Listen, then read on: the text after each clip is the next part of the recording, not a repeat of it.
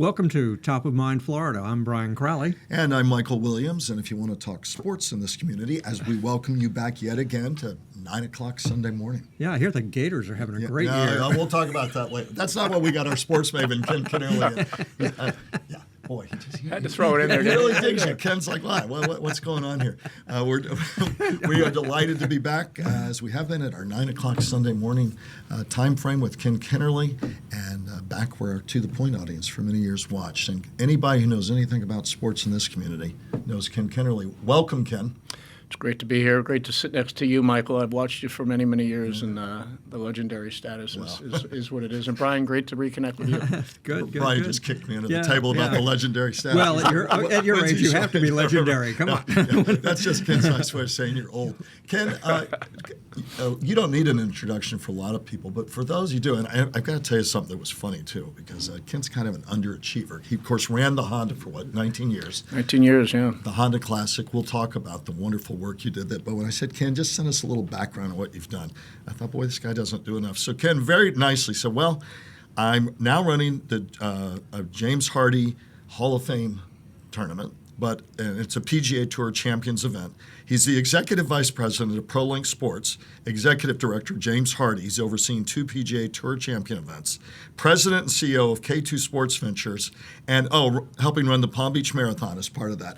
Well, clearly he doesn't have enough to do. Yeah, you're not doing enough, Ken. I mean, honestly. So where do we begin? Talk about where we are. The sports scene's so dynamic here. Talk a little bit. Well, it really is. I mean, we'll guys. Pick a title later for you. Yeah, I know.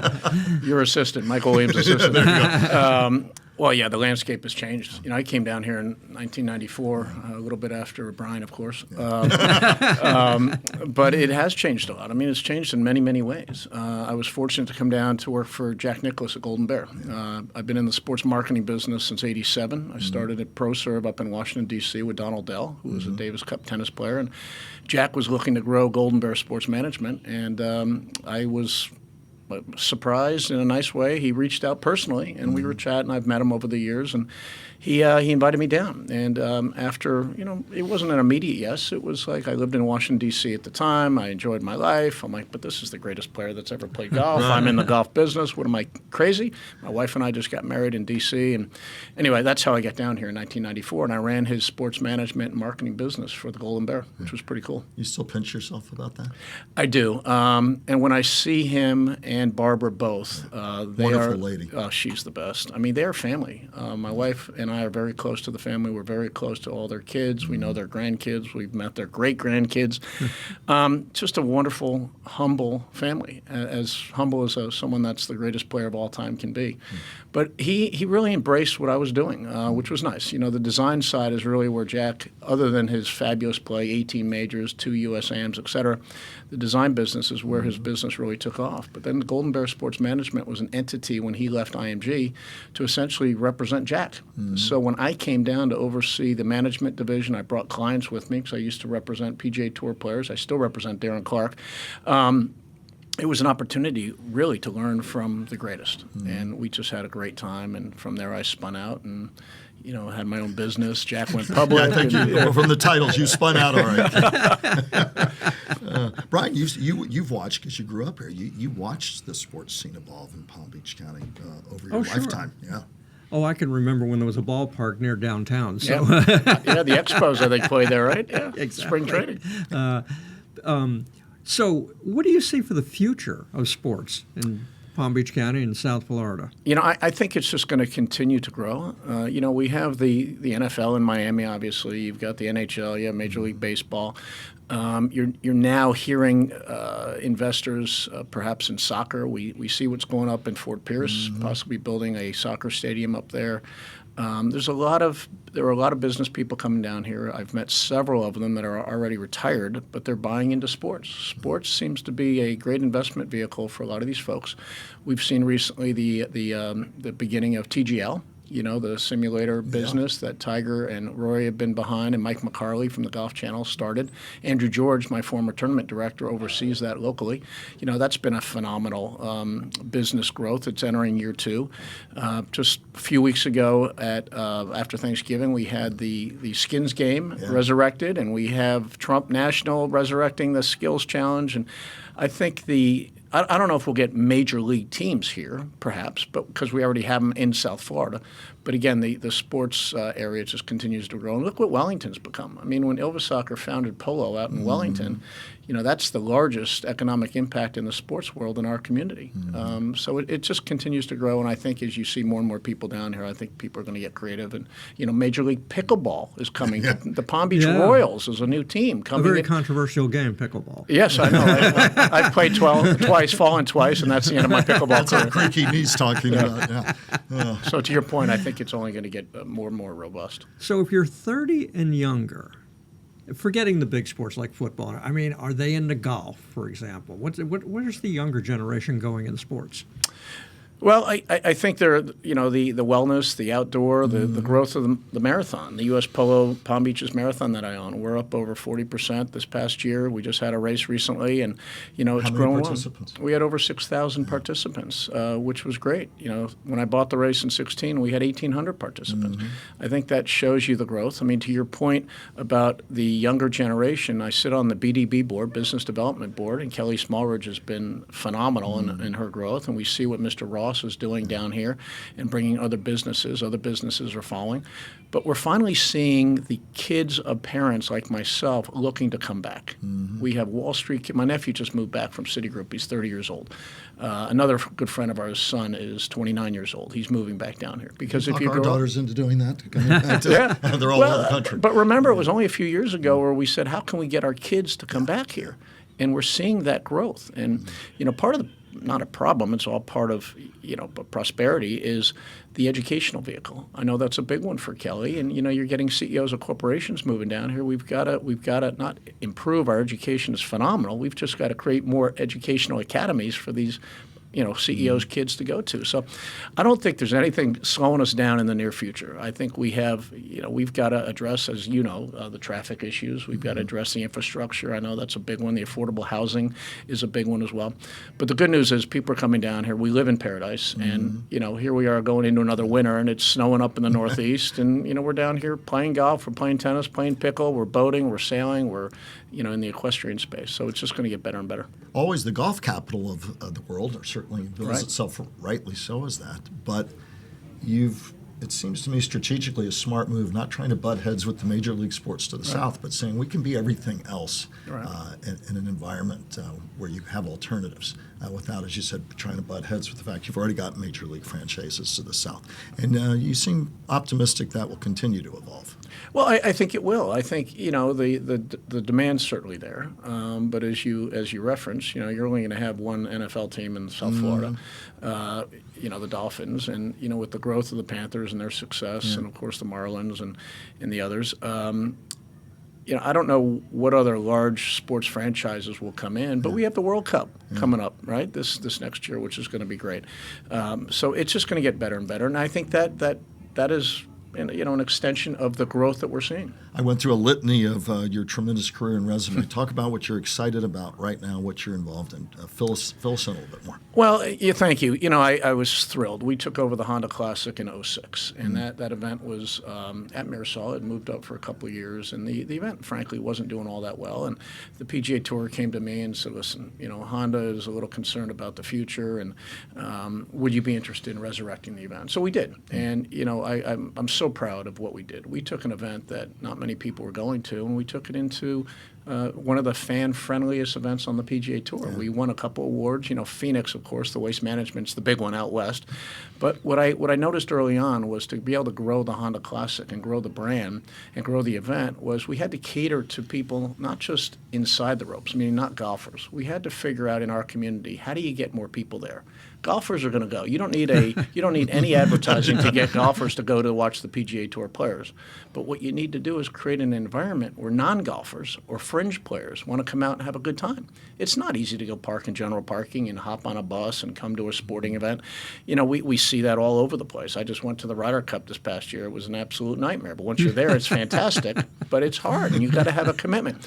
So we've been able to grow that event. So I've been terribly excited, have been excited about the growth that we had over the years. And unfortunately, due to a lot of the things going on with the PGA Tour, Honda, after 42 years, decided to withdraw their sponsorship. They just did not renew. And we've got a great partner here in town, Cognizant Classic. The PGA Tour runs that, so it's being run, a little differently than what I did. But we're happy to have that event here. But to answer your question, we've got an exciting event in Boca. The PGA Tour Champions has been in Boca for many, many years. It was the old Allianz Senior event, and then it became the TimberTech. And what we did after TimberTech left a year and a half ago, 2.5 years ago actually, was we had to come up with a new format. So I met with Joe Sterank and I are good friends. Joe ran the PGA of America, and he was representing the NFL Alumni Association. So we got together and we said, how about we put the NFL alumni together with the PGA Tour Champions? So that's how the idea really was started. And long story short, we ended up not doing a deal with the NFL Alumni Association. Rather, Rondé Barber suggested, why don't you go to the Pro Football Hall of Fame? You've got all the NFL stars. You don't have the hassles, if you will, of walking through the NFL hallways because it's hard. And then Hollis Cavner, the head of Pro Links, was able to bring in James Hardie as a sponsor, Hardie Board, Hardie Plank, a building products company.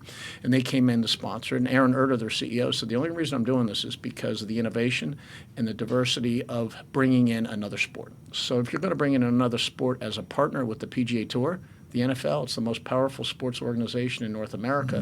What a great partnership. And oh, by the way, these guys love golf. So our inaugural year was this past April, 25 April, and our second year will be March 2 to 8 in Boca at the Old Course, and it's called the James Hardie Pro Football Hall of Fame Invitational. Yes, it's a long name, but it blends the legends of football with the legends of golf. And what we're doing is bringing a lot of the excitement and the energy that we had built at the Honda Classic at PGA National down to Boca. And to our point earlier, this county continues to grow. Boca continues to grow. The community is getting younger. We're pulling people from Broward County. We're pulling people from Dade. And we're out there having fun. And these NFL Hall of Famers are sitting back after their golf round, smoking cigars, yucking it up with the fans, having a great time. And we have a great legend shootout where we have this year, we're going to have 3 NFL Hall of Famers play with 3 PGA Tour Champions guys. So you can tell the excitement in my voice. I mean, this is really fun because it's different, and we're blending 2 legendary sports together. How do you sit around and dream all this stuff up? Well, we got to think outside the box. I mean, you can't put forth the same deal that everyone does. I mean, so it's been great, and it's been received very, very well. You mentioned sports, and a little while ago you talked about one of the virtual pieces of that with golf. I'm wondering, really to your point, Brian, you hear so much now that younger people are going to be as happy doing virtual sports as going to the live event. How do you see that evolution and the challenges for people? Said whether it's football, I'd rather play where I've got a virtual league where I can play in and bet. It's a whole other issue. Golf or anything else. What's the evolution going to be there? Well, I think it's a serious evolution because a lot of people have talked about it. There's been a lot written about it. You have that esports, which I'm not too familiar with, but when you have kids lining up in an auditorium, 20, 30,000 people playing esports is amazing. I do some consulting for PopStroke Entertainment Group, which is an amazing business model. Greg Bartoli started it, retired from J.P. Morgan. It's all about golf entertainment. The kids come out there, they play, or all kids. I mean, we've got grandparents down to a 3-year-old playing together, which is kind of neat. But it's introducing the young people to sport. So now fast forward to your question, Michael. TGL. It's a simulators. It gives these kids an opportunity to have some fun. The simulator world is growing. People are sitting in New York City or Boston or D.C. watching on ESPN TGL, watching Rory McIlroy and Tiger, and let's hope he can come back and play, and all the stars of the game playing this. But then to your point, the attention span of the younger generation is not what perhaps our generation was. So is it conceivable to think that the next generation is going to spend 4 to 5 hours out on a golf course playing golf? Probably not. However, the growth in junior golf continues to grow. So we're hopeful that golf will continue to grow. I mean, COVID was the best thing that ever happened to golf. The attendance figures, the National Golf Foundation measures that, and their new CEO, Greg Nathan's a good friend, and we meet often and talk about that. So I think the digital side is no doubt going to grow. What we're also trying to do, frankly, is get the kids off their phones. Let's get them outside. That's a challenge. Yeah, I know it is, but let's leave the phone behind. Let's get outside and do some sports. I mean, the youth sports sport world is growing. We read about that all the time. The Palm Beach County Sports Commission has more and more groups coming down here. It's great, from lacrosse to soccer to, you name it, golf, tennis. So I think we got to, make sure the next generation understands we don't live behind a phone. Let's not hide behind a phone. Let's get out and do things. And I think that's a testament to the growth of the U.S. Polo Palm Beaches Marathon. Over 6,000 runners and people, health and wellness. COVID, you couldn't work out in a gym. So, that's one of the reasons that the running guys will tell you that was the growth of the running world, too. We promise we'll sign up next year for the marathon, right? Oh, yeah. I'll time your run. Yeah, I'll be on the sidelines cheering you. Well, I made it from the parking lot to here. Come on. Well, the three of us. We'll do a little corporate relay team. We'll walk. Your training's begun. So gambling has become a big issue in sports. It has. We've already had some scandals with players cheating to help bettors. Are you concerned about that? How do I know the guy swinging the golf club isn't doing something to help out a gambling effort? Yeah, I think, I'm not directly involved in that. I'm on the peripheral like you guys are. I'm reading about it. I mean, that was a terrible scandal recently. I don't want to say it started with Pete Rose. It goes way back before Pete Rose. But, Pete Rose, one of the greatest baseball players ever, and I think they're finally going to admit him into the Hall of Fame. Sure. I remember Paul Hornung being suspended Green Bay Packers back in the 60s. Yeah.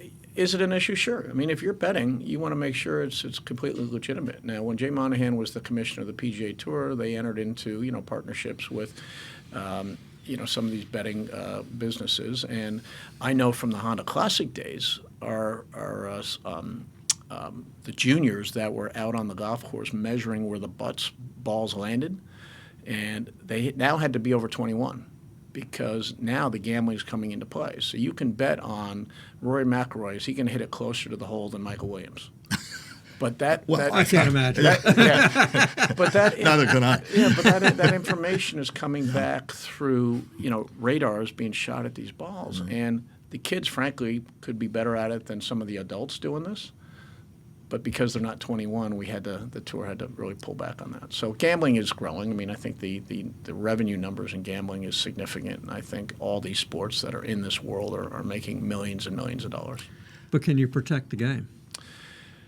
I don't know. I mean, I hope you can, but you never know, right? You never know. I mean, you got a pitcher up there, and it's 3-2, 2 outs in the bottom of the ninth, and he's got a little something on it. Does he throw in that little lobby curveball? And I mean, I don't know. I don't know how you protect against it, but I think it's for the integrity of sports and the integrity of certainly the gambling world. We've got to make sure that the consumer, the bettor, knows they're protected. How do you make the sports, and you've touched on this a bit in the interview, but how do you continue to work hard to make, you and others, to make sports more accessible to underprivileged youth? It's great to have academies, but on a typical day, a great many children and teenagers in this community simply don't have the money or the access to a lot of the things you've talked about. Where do we need to make strides there? Yeah, I know you work on those efforts. Talk more about that. Well, I think things are heading in the right direction. In the golf world, we have the First Tee. The First Tee is an amazing organization. They're open to everybody. We have recreational leagues, youth sports that continue to grow. The access is getting better, in my opinion. Is it perfect? No. You reference costs, but there are a lot of organizations out there that are encouraging people to donate equipment, especially in the tennis, golf, other space where that's easier to donate equipment to. And again, I think it's terribly important to get these kids, out of their homes, off the streets, and get them to an organized, sports environment. But you're confident golf has a future. It's at such a center of life in Palm Beach County, and some worry that as this generation moves on, golf and other sports like that will have a hard time generationally. And you've touched on a few things. Well, how concerned are you that sports 20 years from now will include golf being as viable as it is? You can't turn around without seeing a golf course around here. No, you're right. I mean, we're the golf capital of Florida for sure, Palm Beach County. I can just tell you, I sit on the board of the AJGA, American Junior Golf Association. It's the largest junior golf association in the world. We had a board meeting recently. We have over 10,000 entries this past year. Wow. When I got on that board, we had about 4,000. So, and AJGA is not inexpensive. However, we have this ACE grant program, which is a program where we raise money to help these kids that can't afford to play in AJGA events. We reimburse them for expenses. We reimburse them for equipment. We're now reimbursing for lessons from a PGA golf professional. So we're doing everything we can to make sure that the talented young people can come out and play, because the AJGA is the leading organization to help bring college coaches in. College coaches are recruiting these young kids. These young kids are going to college on a full ride, a lot of them. So that's one small example of what's happening. So the growth of junior golf is good right now. The first tee numbers continue to grow. The local U.S. Kids Tour, the Florida Junior Tour, the South, all these junior programs are doing relatively well. What's your origin story that brought you to where you are today? As a kid, with sports, everything else. So I grew up in Manhattan. I'm a New Yorker, born and bred right in the city. Went to St. David's by the Guggenheim Museum, and then I went to Connecticut, to a boarding school in Connecticut. I didn't start playing golf until really I got to boarding school. And I was a soccer, I played baseball, I played all the sports that kids play. And I wasn't privileged to be around a lot of golf as a young kid, but I just fell in love with the game. I think a lot of it from baseball, that hand-eye coordination. And I just grew, and I played, and I didn't play it. I went to school up in New Hampshire, Dartmouth. I didn't play on the team, but I played with all the guys on the team. And, I love the sport. And all my buddies in the 80s, I got out of school in 87. My buddies from 85 onwards were going into the Wall Street world. They were going to Procter & Gamble. They were going to Bain Capital. They were going to, where all these young people went at the time. And I did a lot of research on the whole sports marketing world. Mark McCormick started IMG in 1962. He wrote a great book titled What Harvard Business School Doesn't Teach You. I read that. But a fun, quick story there. So I grew up sailing. I grew up in New York City. We had a little home in Long Island, and I grew up sailing little Opties and then Blue Jays. And so I understood the sailing world. And then when we lost the America's Cup, true story, we lost the America's Cup, first time 120 years. I remember that. Yeah. And then we go down to Australia to win it back, and that was in 85. And I was the only idiot in our fraternity up at 3 in the morning, at least somewhat coherent, 3 in the morning, watching live on ESPN the America's Cup from Fremantle, Perth, Australia. And I noticed at that time that all of a sudden this Corinthian sport with no commercial logos, no nothing, all of a sudden I'm looking at Merrill Lynch Spinnakers and Budweiser this and all these logos, and it dawned on me that sports is really a business. And then I had to break the news to my parents. My mom had said that. And they're like, you want to do what? I've just wasted 4 years at Dartmouth College. And I'm like, no, seriously, it's like a real business. I mean, now it's $1 trillion industry, the sports marketing business. But that's a true story, and that's how I really got hooked. And I wanted to get into business, and sports and business together, there's almost nothing better. Yeah. And we all study it, we all follow it, we all watch it, and we're all mesmerized with the salaries. I mean, look at these coaches, look at these exits these coaches are getting paid. Don't get him going.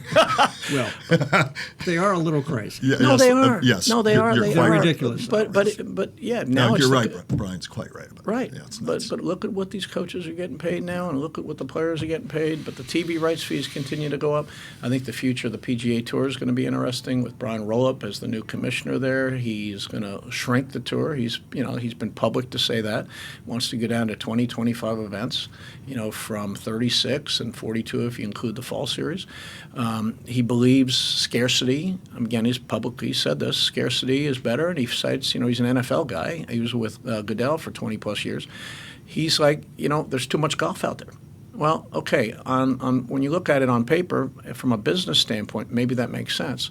But what about all these communities that create millions and millions of dollars through the PGA Tour for charity? What about the players? They've already gone from 125 to 100 exempt players. There's rumor that they might go down even less. Wow. So that creates less opportunity for the players, creates opportunity for players to play elsewhere, creates opportunity perhaps for the growth of the Korn Ferry Tour, which is the minor league tour, if you will, for the PGA Tour. But it also opens up doors for other entities to create new tours because it's a supply and demand equation. There are over 1,200 professional competitive golfers in America and that play on some sort of tour. And if the PGA Tour is down to 100, where are these other guys playing? Mm-hmm. But more importantly, to Mr. Roll-Ups, and I have not met the gentleman yet, he believes that with fewer events like the NFL, he cites the NFL, the TV deals will grow. I don't know if that's accurate. We'll see. We'll see. I mean, I've spoken to my comrades at NBC and CBS and Golf Channel. We'll see. You know, as you know, it all comes back to ratings, who's watching, and if more people are watching Rory and Scotty Scheffler and these other guys, the ratings are going to go up. Ratings are going to dictate, you know, the dollars that they're going to be able to achieve. But we'll see. Or the void of fewer tournaments means people just go somewhere else. Or go somewhere else, correct. Mm-hmm. Yeah. So I think the future, it's going to be interesting. I mean, I've been in this business for 37 years now. I can't believe it. So I think it's definitely at a crossroads. Do you ever sleep? A little. No, but I love what I do. I know you guys love what you do, and it's a great subject matter. You know, when you can bring the economics and the business into the sports world and try to grow, I think it's good. I mean, what is the best golf course in the world? Oh, that's a loaded question. I mean, there's so many. That's what I do for a living. Oh, I know. Yeah, I know. No, there's so many. I mean, people have asked me. You got to pick one. Okay, I'm getting there. You know, there's so many. I mean, it's hard. My favorite is Cypress Point.